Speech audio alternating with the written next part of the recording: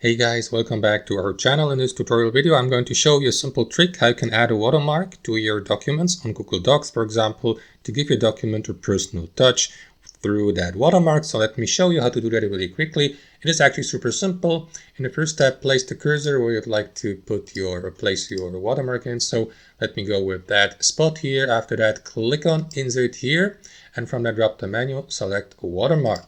After that menu will pop up here to the right, so you may go with image watermark or text. So let me go with a simple photo I downloaded or saved on my device for demonstration purposes. To do that, simply click on select image here. Now after that, click on browse here to locate it on your device, upload it really quickly, and after a brief moment it will be added to your menu here to the right. So what you want to do after that is go through a short customization setup here below.